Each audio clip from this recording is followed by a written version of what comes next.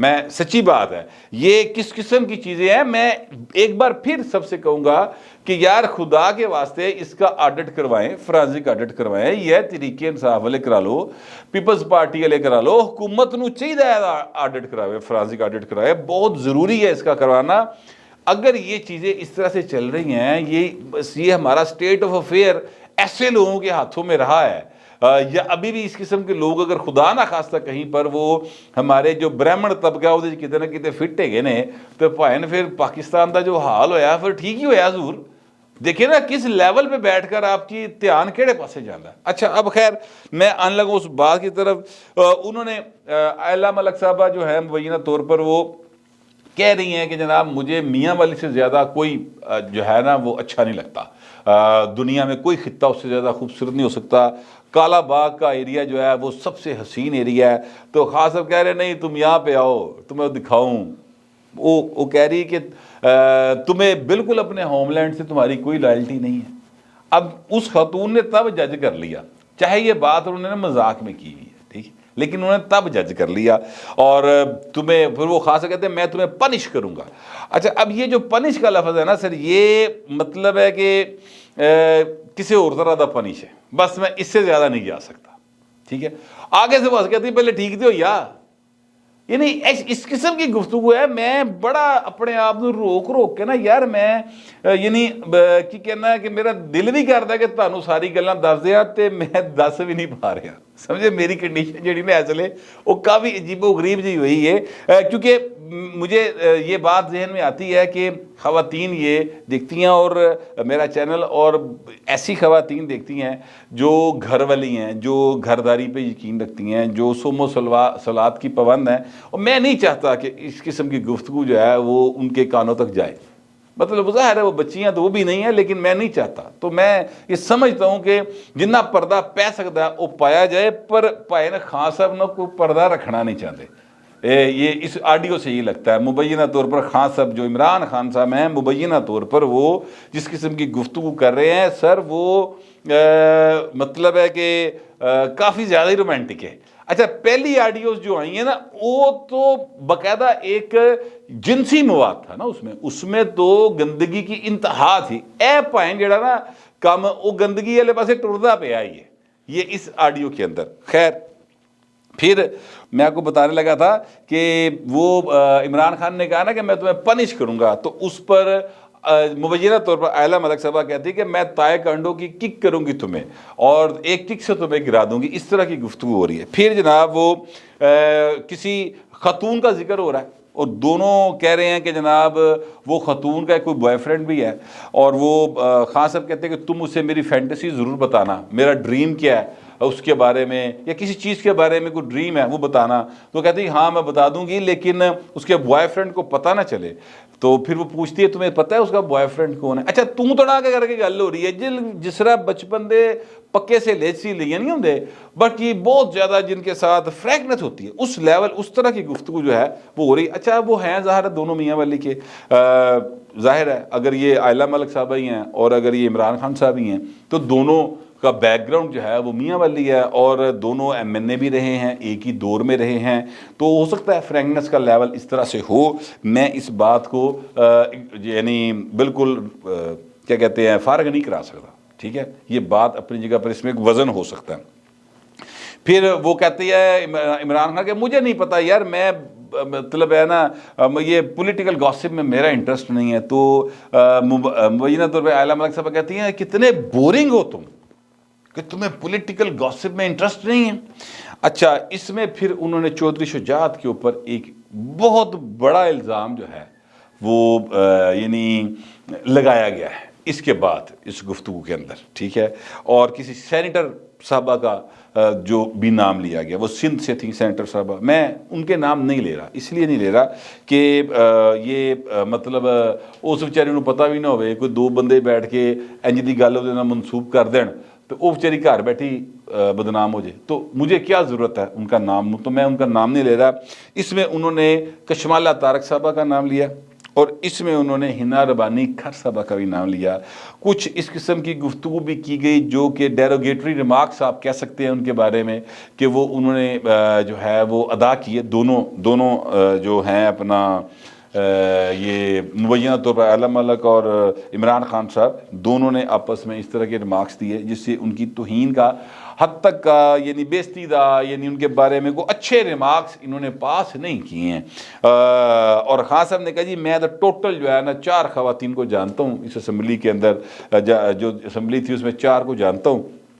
ایک وہ مرد کی آواز میں جو بات کرتی ہے ہنا ربانی کھر, ایک 2 تم بہنوں کو اور ایک کشمالہ کو. تو اس کے بعد جو مبینہ طور پر اعلیٰ ملک صاحبہ نے کہا وہ پھر میں نہیں کہنا چاہتا. ٹھیک ہے, تو آپ کو میں نے نا 13 منٹ 39 سیکنڈ دے بہت ساریاں شیما جڑیاں میں تمہیں بیان نہیں کر سکیا سر, باوجود اس کے کہ میں اس بار چاہتا تھا بیان کروں. فرینکلی پہلے لی آڈیوز میں نہیں چاہتا تھا, اس واری میں چاہنا, لیکن کیا کہتے ہیں رہتا اجازت نہیں دی پا جی, کوئی اخلاقی معیار ہے جو اجازت نہیں دے رہے مجھے اس طرح کی باتیں کرنے کے لیے. اور ویسے بھی ظاہر ہے کہ اس کا فرانسی کا آڈٹ نہیں ہوا.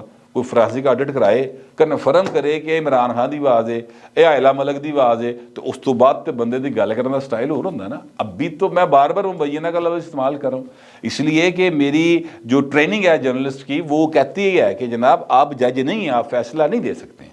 آپ کو جو ہے وہ چیزیں جس طرح سے بتائی جا رہی ہیں آپ اس پر انبا یقین نہیں کر سکتے ہیں. آپ کو شک کا پہلو رکھنا ہے. جب تک کوئی کورٹ آف لا ثابت نہ کر دے کسی کے اوپر جرم, تب تک آپ پکے ہو کے گل نہیں کر سکتے. مطلب اس بات کا یہ ہے کہ جب تک عدالت ہے وہ ثابت, اس میں ثابت نہ ہو جائے کسی کے اوپر جرم, تو آپ کسی کو مجرم قرار نہیں دے سکتے. اور میں اگر یہاں پہ کہہ دوں کہ اے بھائی عمران خان ہی ہیں, تو اس کا مطلب میں تے بھائی نو سزا سناتی نہ پڑھنا ہو کہ مجرم ہے گا, تو یہ کام میرا نہیں ہے, یہ کورٹ آف لا کا ہے. اس لیے بار بار یہ لفظ استعمال کیا جاتا ہے. باہر اب میں آنے لگوں اس بات کی طرف کہ ایک پاسے بھائی نے عمران خان دیاں اے آڈیوز آ رہی ہیں, اور عمران خان جو ہے وہاں پر اس کے زمان پارک میں میوسیاں چھائی پڑی ہیں, وہاں پر اجلاس ہوا ہے, اور وہاں پر اب جو اے آر وائی ان کا ترجمان چینل ہے وہ یہ کہہ رہا ہے کہ جناب ایم پی ایس نے کیا, خان صاحب دیکھو اسمبلی تحلیل کریں گے تو جو اگلا سیٹ اپ آئے گا نا وہ ہمارے لیے بڑا نقصان دہ ہوگا, اور وہ جو ہے اپنا نگران سیٹ اپ ہمیں بہت جو ہے ہم سے بدلے لے گا. اچھا اس بات پہ ہنسی آتی ہے مجھے, اس لیے آ رہی ہے کہ اب تو خان صاحب اسمبلی چاہے بھی تو نہیں توڑ سکتے. ہوں تو پرویز لے بھی چاہے تو نہیں توڑ سکتا, ویسے تو توڑنا چاہتا ہی نہیں سی, اب تو وہ چاہے بھی تو نہیں توڑ سکتے کیونکہ اب تو طریقے عدم اعتماد آ چکی ہے.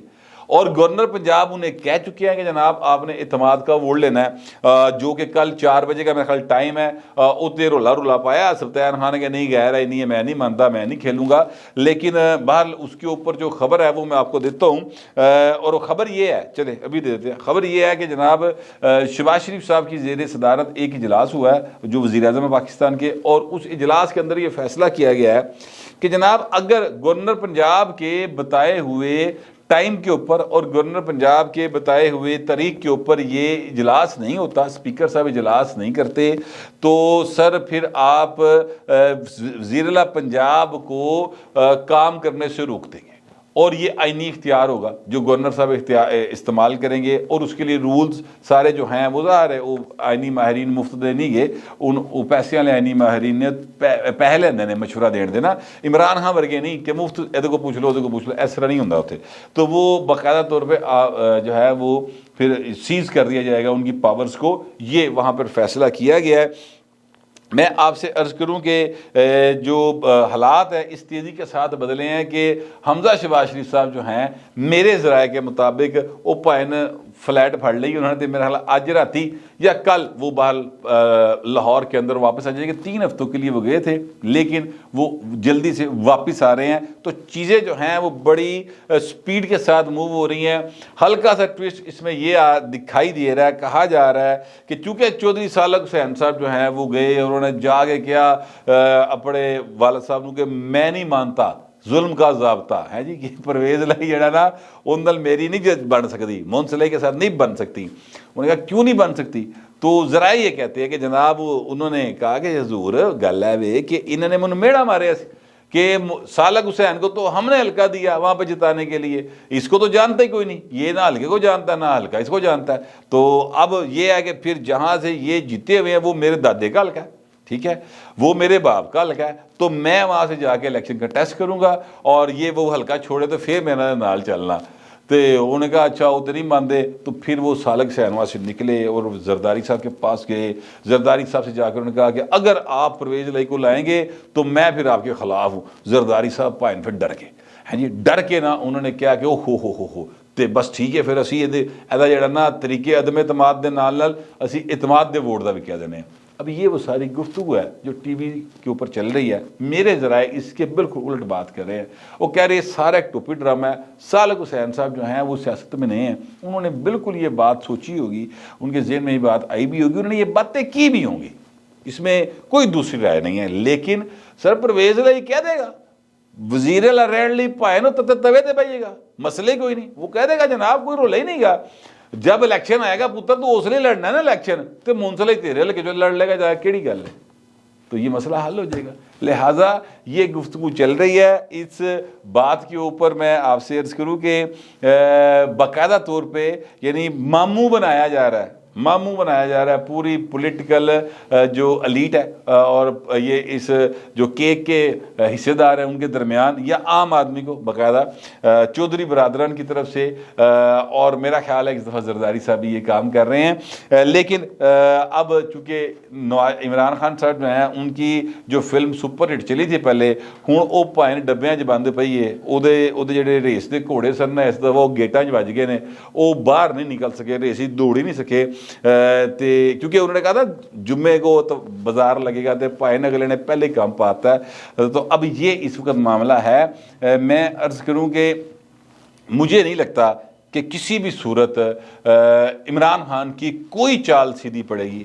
اب وہ جو چال چلیں گے نا حضور، وہ پائن پٹھی جانی ہے، جو مرضی چال چلے، کیونکہ اس وقت ہواؤں کا رخ جو ہے نا وہ انہوں دے شامیاں نے اڑان تے لگایا ہے، اور اے بھائی صاحب نو بالکل کوئی سمجھ نہیں آ رہی کہ کدھر جان تے منجی کتنے ڈان۔ میں کم از کم ایسے سمجھتا ہوں، آپ پتہ نہیں کیسا سمجھتے ہیں، جیسا بھی سمجھتے ہیں لکھیے گا ضرور، مگر ذرا تہذیب کے ساتھ۔ فی الوقت اتنا ہی، ملتے اگلے ولاگ میں۔